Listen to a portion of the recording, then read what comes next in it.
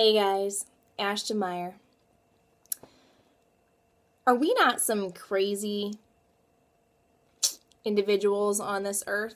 Because let me tell you, what is holding you back from achieving your goals, from achieving your dreams, from smiling and loving the life that you have right now?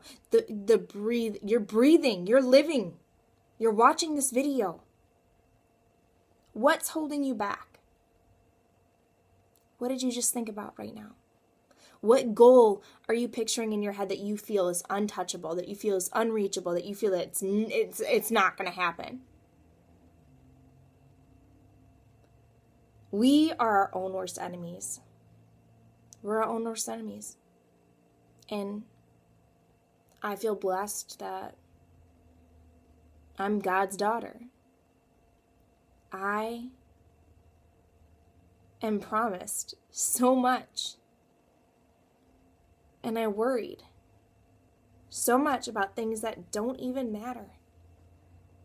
They don't matter. It's this fear that's placed in us. I'm not saying that you need to be fearless. What I'm saying is that you should have fears. You should have a lot of fears. But the fears that you have, be courageous.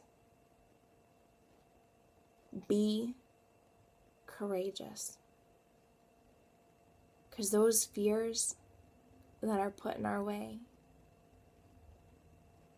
the obstacles that we put up in our minds, they're put there to see how far you will take and how committed and driven that you will really take to live your life to the fullest. We're not promised an easy life. That's not going to happen. You're not going to have an easy life. But it should be filled with joy and love. And it should be filled with you knocking down those obstacles, going through whatever it is that you need to go through to live that life that you are promised. We sit here and worry about have you ever gone to like a grocery store and you've watched people look at like 3 different things of pens and like just next time that you're at the store, look, how long does it take for people to make a decision? It's a pen. It is a flipping pen. It's a pen. But you know what? I can't say that much because I'm the worst at that. I'm one of the ones who, in decision making, has been, I get wrapped up like, okay, is it this or this or this?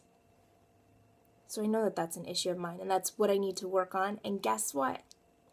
I'm reading a book that's helping me through that. But back to the fear, you guys. Okay, we have fear of judgment. We think that what we want to do in our lives, or if we make this decision because it's going to make us happy, that it's going to affect other people. What are people going to think of you? And I've said this before, but wouldn't you rather be hated doing something that you believe in, doing something that you love, something that you're fulfilled in, than to be loved holding yourself back, than to be loved by something that you're not? Then we have fear of failure. Oh. Fear of failure. That's huge.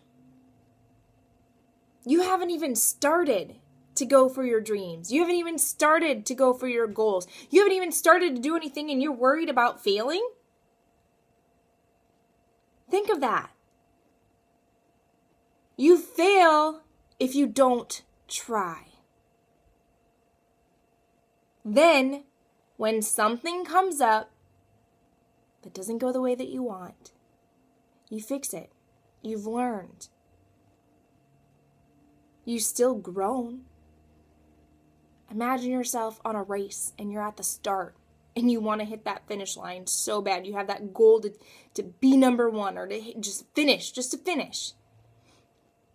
But you're afraid that you're not going to finish, so you don't even start. You don't even take a step forward. Now here's this other person who starts running. They trip, they fall, they scrape their leg. They're sitting there. Then they get up and they go again. And then all of a sudden this rattlesnake comes out. What do? I haven't come up with that yet, but they keep moving forward. They learned. They didn't stop.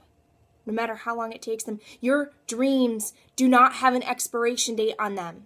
They don't. They don't have an expiration date on them. I don't care if you're 50 years old, 60 years old, and you are unfulfilled in what you are doing. Why are you doing it?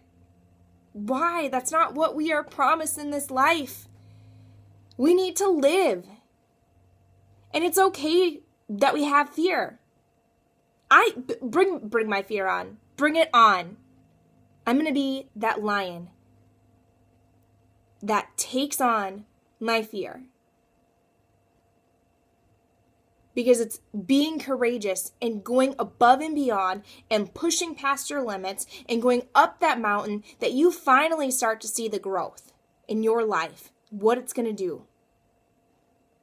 I know situations are hard, you guys. I know things come up. I know life, we don't want to be alone. I know that there's all these things that we worry about. Money, finances. Guess what? Is your finances going to change sitting there worrying about them?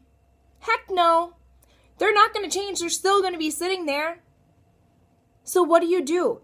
You have this repeating going on in your head. This cycle that keeps going and going and going, and you're worrying and worrying and worrying and worrying and worrying. And the only thing that's going to happen is you're going to be worried. You're not going to be productive because you're going to be worrying. You're going to probably snap when somebody says something because that's all you're thinking about.